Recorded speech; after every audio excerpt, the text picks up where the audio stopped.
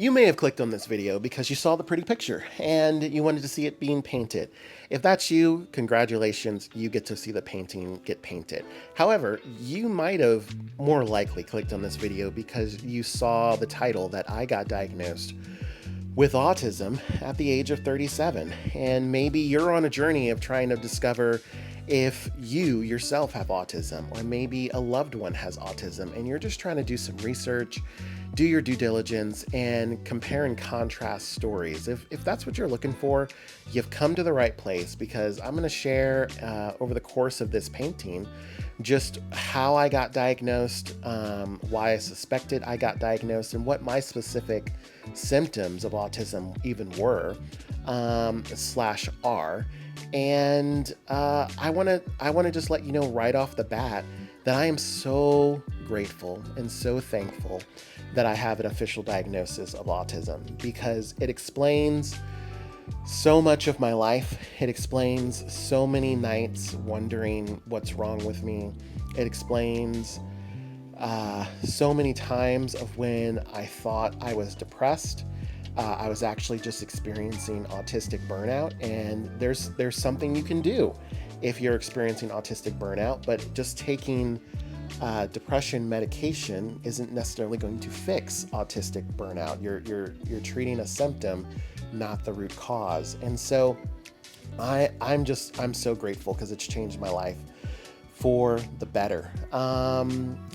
I've also talked about my journey with autism and just discovering I was autistic on another social media platform. And when I shared that story there and some tools, it got like 700,000 views and tens of thousands of likes and comments. And as a result, hundreds of people have been officially diagnosed through a therapist, through a psychologist, a psychiatrist.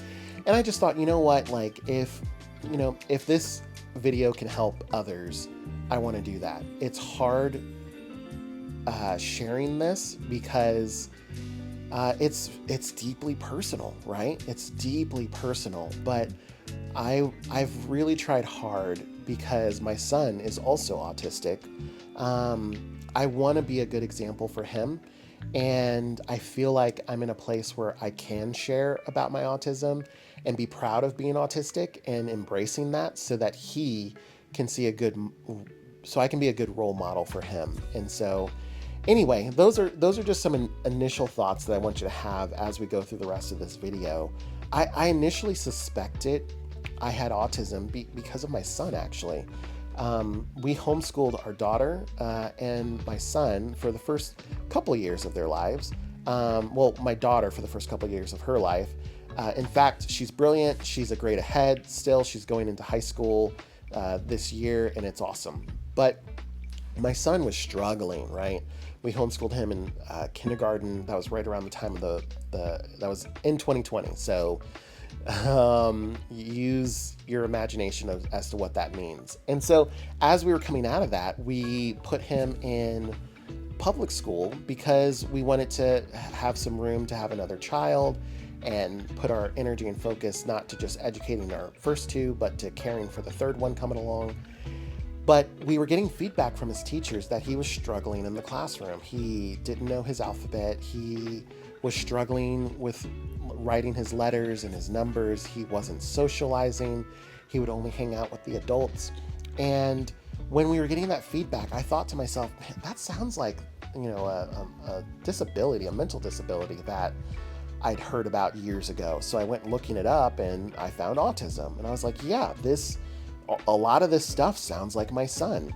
But wait a second, this can't be autism, because I do a lot of these things. I struggle with a lot of these things. I can't,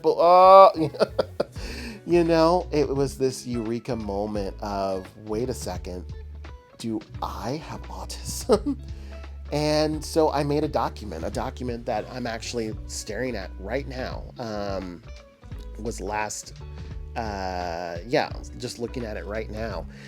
And I just started compiling stories of my life and of different situations, and comparing that with categories of ways that autism tends to express itself.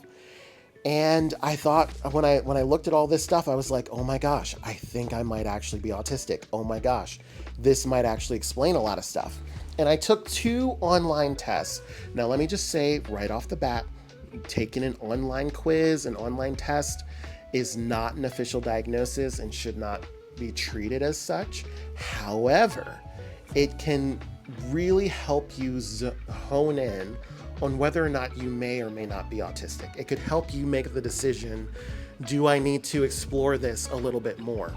So for example, I'm going to tell you the 2 tests that I took online that are absolutely free. You can do it yourself or have the loved one do it. The first test I took was from idrlabs.com/autism-spectrum. And it's like a 50 question test, and it kind of gives you scores based on a bunch of different things. Because here's the thing about autism spectrum disorder, it's a spectrum. It is not a singular diagnosis. So if you know one person with autism, congratulations, you know one person with autism.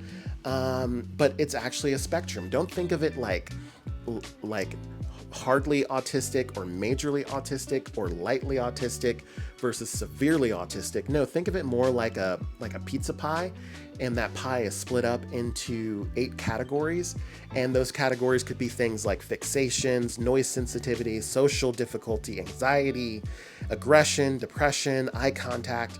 And maybe you score high on the depression and social anxiety and fixations, but maybe you're low on tics and fidgets, and you're low on noise sensitivity.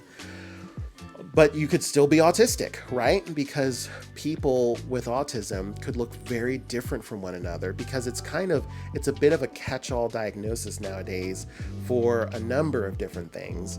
And so I took this test and I scored pretty high on a bunch of stuff. I scored out of 10, 7 on fixations. I scored 9 on noise sensitivity, 9 on social difficulty, 9 on anxiety, 5 on eye contact, and then 8 on depression. And it was just really, really eye-opening for me, because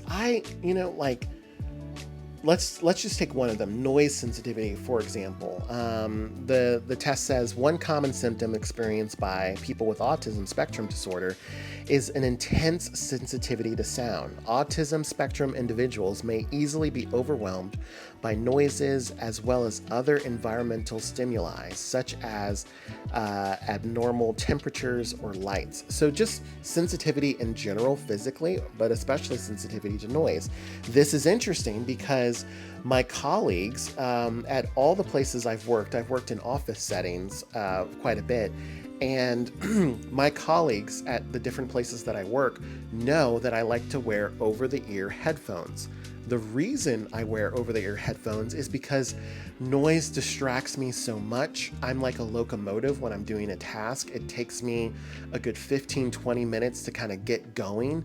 And then once I'm going, I'm pretty good. But if I get stopped by a colleague wanting to share just a funny story or just say hi, like, it is so disruptive for me. And so if I get tons of people talking to me, it completely crushes my productivity for the day. And then people, my bosses over the years have been like, wait, well, why didn't you get anything done? I was like, well, people kept interrupting me. And so noise sensitivity is huge for me. I've had noise canceling headphones, various different pairs, for years, because sometimes loud sound just really bothers me. In fact, my left ear has always kind of crackled a little bit with loud sound. So I usually have like an earplug that no one can see in my left ear. And sometimes I'm wearing noise dampening things when I don't want people to think that I don't want to talk to them. I just have these like little insert noise dampeners. This is before I knew I was autistic. And people had to learn and to respect that. And so that's just one example of many things with this particular test. There was another test that was even more helpful. It's called embrace-autism.com. And it's the RAADS test. At least that's what it was called when I took it. And it gives you, it's like a 70 to 90 question test. This was a lot more intense. and it gave me a score of 132. And so the scores, like after you take the test, it gives you like the rubric, the breakdown, like 25, you're not autistic, 65, minimum test at which autism is considered, but 130 is the main score of autistic people, strong evidence for autism, and my score was 132. So I took all of this information and I sat down with my wife and I was like, babe, I think I'm autistic. And she laughed, which I totally get. But then she saw I wasn't laughing and she was like, oh, you're serious. Okay, tell me more. And so I started explaining what I saw in Shepard, and I explained what I saw in myself. And I showed her this document that I'm staring at. And she was so gracious and so great. And she was like, okay, like, let's look into this more. Let's explore this, babe. So then we looked around for a person who could diagnose. Now, the interesting thing is most places cannot diagnose or just won't diagnose adults, because when you become an adult, you learn, many people with autism can learn how to do something called masking. Masking is where you can kind of learn some social behaviors or some pre-written scripts in your head. And you just kind of play those scripts over and over and over again. So for example, one of my masking scripts that I do is I'll laugh a lot. In the middle of a meeting or in conversation, I'll just smile, I'll laugh, even though I may not understand what the conversation's about. If someone makes a joke or someone makes a reference and everyone's laughing, I'll laugh too, even though I don't understand what's going on. I don't understand the joke, or I'll just smile because I've learned that smiling just automatically gives you a lot of grace with people, even though you're like, wait, I'm sorry, I don't understand. And if I just keep smiling, usually people are just kinder. I don't know. But you can mask in a variety of different ways. Anyway, I went ahead and found someone here in Missouri, because I live in Kansas City, Missouri. And she was able to diagnose people who were adults. She kind of knew how to look through the masking, and we went to several sessions. One of the sessions was 3 hours long. I took a bunch of tests. I'm not going to say anything about the testing process because I think because I didn't know anything going in, and that was intentional. Because if I was autistic, I wanted to know for sure I was autistic. And so took the test. A couple months later, she reaches back out and says, yes, 100% your son is autistic. And Theo, yes, 100%, I am super comfortable diagnosing you with autism spectrum disorder. And it has just been such a joy to realize that. There's definitely been a ton of grieving because I look back on my life and I realize so many of the struggles I had in middle school, in high school, the ways that I would be teased, the challenges that I had socially, the times that I just got so many things wrong and I thought maybe someone liked me, but they didn't. I thought I had a friend, but actually they were making fun of me. I thought I had a work friend, but actually they hated me. I thought I had certain friends in college or certain professors liked me, but they didn't. And it's all it's all as a result of, oh my gosh, I just can't read social cues. There are just certain things that go over my head because I'm autistic. And so, yes, there has been some grieving, but overall joy, unspeakable joy, because I have an answer for why I've struggled so much of my life. And I just want other people to experience that. I want other people to find out sooner in their teen years, in their 20s, so that they can ask for the accommodations they need, so they can be their whole selves without having to hide or mask who they are or be afraid of asking follow-up questions or simply saying, that's challenging. I don't think that I can do that thing. So anywho, that's been why I suspected, my diagnostic process. And now let me just tell you really briefly, as we're coming to a close of this video, kind of the ways that autism expresses itself in me. So one of the big ways is just social difficulties. struggle deeply with social situations. And for the people who know me, they'll think to themselves like, Theo, I've known you for 20 years. Like, you don't struggle in social situations. I absolutely do. There was the previous place I worked at, we would have a dinner once a quarter with new members, new people who would kind of join up with us. And I would host a table with 10 people that I didn't know at this dinner of like 200 people. And it was my job to chit chat with them, to ask them questions, to get them plugged into the right places. And I hated it. I absolutely hated it because small talk is not my thing, especially when you have this melting pot of cultures as well. And so I would regularly excuse myself from the table every 15 minutes or so and step outside and breathe. I felt like I was going to have a panic attack. I would go to the bathroom, and this was just a common thing. Whenever places that I had work had Christmas parties, whether it's my current place that I'm working or past places, like, I would excuse myself because the anxiety level for me is just so high. What else do I talk about? I've asked about the weather. I've asked about this. I've asked about that. And it's just hard for me in big social settings. It contributed to depression. It contributed to me feeling alone in the world. And it was just really hard. But knowing now that I'm autistic, knowing now that, Theo, it's okay that you think differently, that you socialize differently, that you have a limited, social tank even. It's just given me such peace, such pleasure, and I'm able to be more of my authentic self because I love sitting down with people one-on-one and having conversation. It's the group stuff that is so challenging for me. But anyway, this video is going to come to a close. There's so much more I could talk about, but do me a favor, leave a comment down below, and if you have certain questions, maybe I'll address some of those in a future video.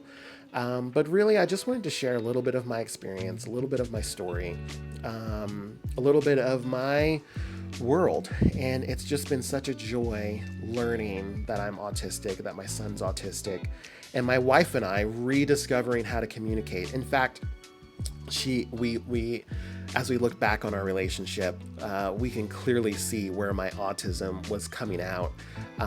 Whether I was dressing up like Batman and running around our college campus just because it was a Tuesday, or because I was overwhelmed at her family's house or her cousin's house because there was just so much noise, there was so much talking, there was so much interaction. Like, we're like, oh, that was because you were autistic. I encourage you, if you're struggling, go ahead and get diagnosed. Go ahead and take some of those tests. It will be a blessing for you or your loved one.